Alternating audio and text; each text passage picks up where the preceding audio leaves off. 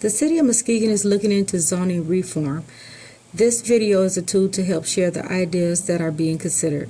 I'm Jeanette Moore. I am a member of the Jackson Hill Neighborhood Association and have been a resident of the City of Muskegon for 59 years. I'm going to talk through this presentation prepared by the city. What exactly is zoning reform? Simply put, it's changing the rules of how land in the City of Muskegon can be used. The city needs zoning reform to help fill the housing gap. In 2023, the city had a 5-year housing needs assessment done. The results revealed a serious housing shortage in Muskegon. The shortage spans across all price points for rentals and for sale units. You can scan the QR code or follow the link on the screen to learn more about the housing needs assessment. In summary, the housing needs assessment shows that our city needs almost 3,000 more units by 2027 to keep up with demand. Due to this shortage, both rental and owner-occupied housing costs are rising fast. There are 786 vacant buildable lots in Muskegon neighborhoods, leaving us over 2,000 units short if we only built on those lots.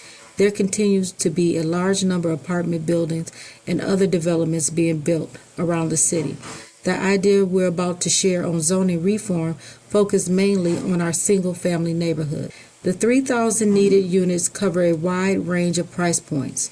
These tables summarize the needs. Click pause now and take a closer look. Since 2023, the city has been working to share the results of the housing study and is now working on ideas to address the problem. We know that the size of the city isn't changing, so we need to come up with ways to use the land we already have. Over the past 2 years, city staff have been presenting, listening, and engaging in conversation about housing. You can see those listed on the screen. From these conversations, best practices around the U.S., and looking to other cities' example, the city has prepared 4 ideas to share with our community for review. We encourage all residents to review these ideas. Please attend one of the public meetings or check out the Connect Muskegon page to give feedback on these ideas. Early in this video, I talked about single-family zoning districts. When I say that, I'm talking about areas of the city where existing rules only allow single-family houses to be built. These areas are highlighted in yellow on the map. You can see the single-family zoning district represented in yellow on the chart. Muskegon's single-family zoning district makes up about 38% of the city's total land area, which is the largest of any zone land use. This video focused on the yellow portion of the chart.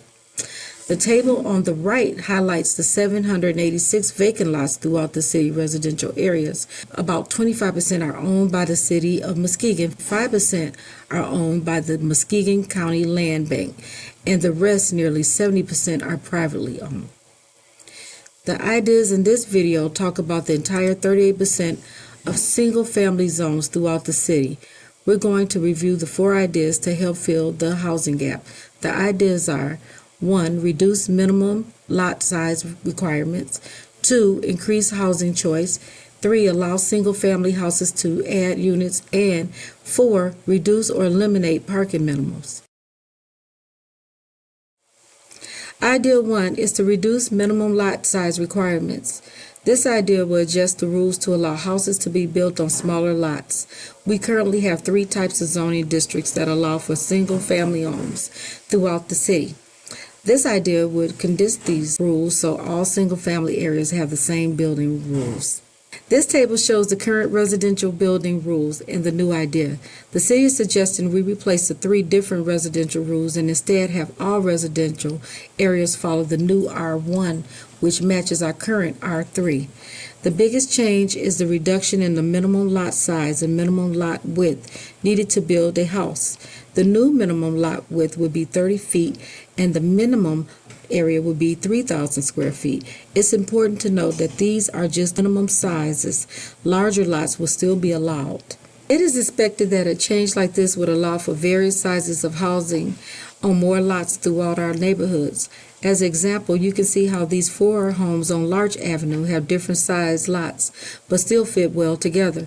The 2 homes on the outside are larger lots, and the 2 houses in the middle are on 33-foot lots. Let's look at an example of what someone could do with a lot now versus if this idea is implemented. For this example, we will say Evelyn owns a 120-foot wide by 100-foot deep lot. Currently, she could split her lot into two lots. As long as each is at least 50 feet wide, this will still be possible if these changes are approved, but she would also have additional options. Evelyn could split the lot into three 40-foot wide lots, or she could split it into four 30-foot wide lots. She could split off a single 30-foot wide lot to keep a larger yard for herself. Or she could leave the lot as it is because it's her lot and she chooses to do what she wants with it. Reducing minimum lot size requirements will help fill the housing gap because it would allow more single-family houses to be built on the same amount of land. Let's move on to idea 2. Idea 2 is to increase housing choice. This idea adjusts the rules so new multi-unit houses can be built in neighborhoods. Currently, our residential zones only allow single-family homes to be constructed. Idea 2 allows new builds to contain up to 4 housing units. Idea 2 also allows for backyard accessory dwelling units to be added. Here are 2 examples of multi-unit housing in the city. Very few residential areas currently allow these types of new builds. Idea 2 will allow newly built multi-unit houses like these. Other rules like lot sizes and unit sizes will guide where and how these can be built. This slide shows an example of accessory dwelling unit, maybe more commonly known as a mother-in-law suite. Idea 2 will allow for backyard accessory dwelling units, a smaller house that someone could build in their backyard similar to this one on Man Street. This example shows how different lots will allow or restrict different housing options. If Idea 2 were approved, the 48, 40, and 50-foot wide lots are large enough to accommodate duplexes. The 33-foot wide lot is too narrow for a duplex. This example shows how lot size affects triplexes. Only the 50-foot lot in this example qualifies for a triplex or a quadplex. Currently, our single-family zoning districts are very restricted because they only allow single-family houses.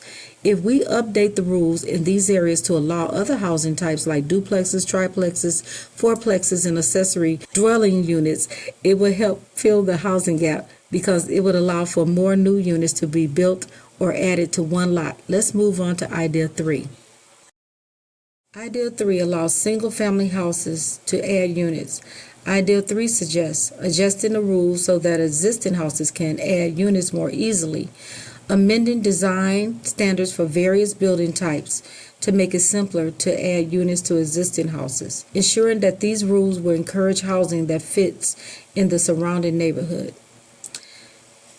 Shown here are 2 examples of single-family homes that were converted to contain multiple housing units. Currently, this is not an option throughout the majority of our city. Idea 3 would simplify the design standards and allow for additional units, while making sure that buildings fit in with the neighboring houses. Returning again to this group of lots, imagine that they already have houses.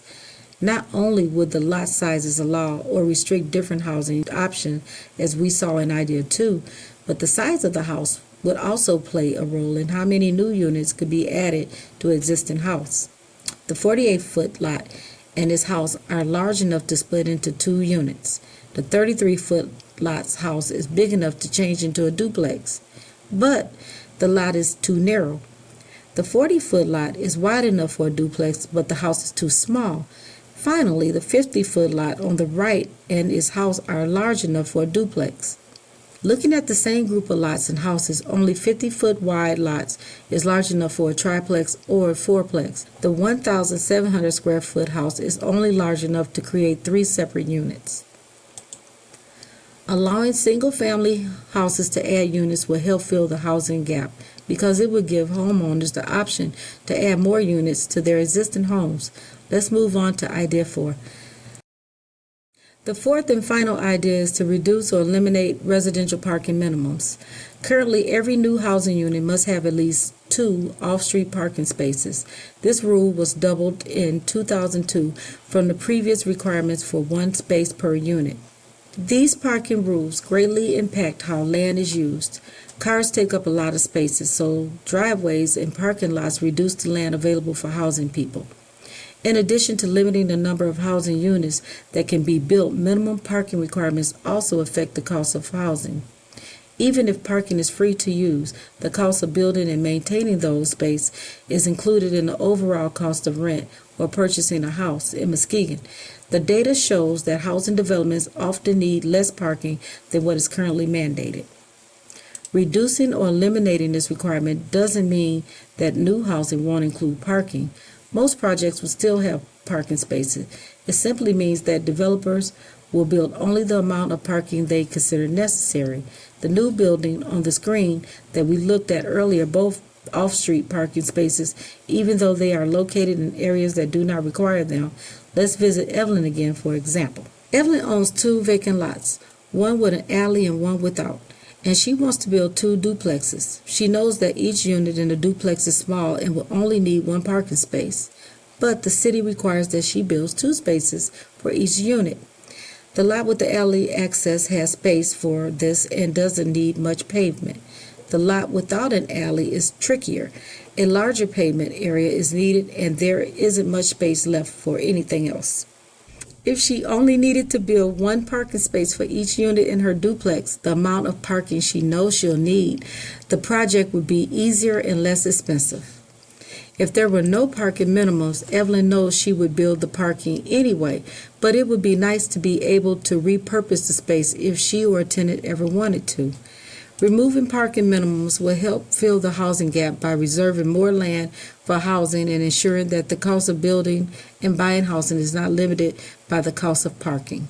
The housing crisis is a nationwide problem, and we are not facing it alone. Other cities have already undertaken zoning reform of their own, and we are going to take a look at 2 of them. Urban, Maine allowed duplexes and triplexes in all residential zoning districts, eliminated parking minimums, and reduced their minimum lot sizes.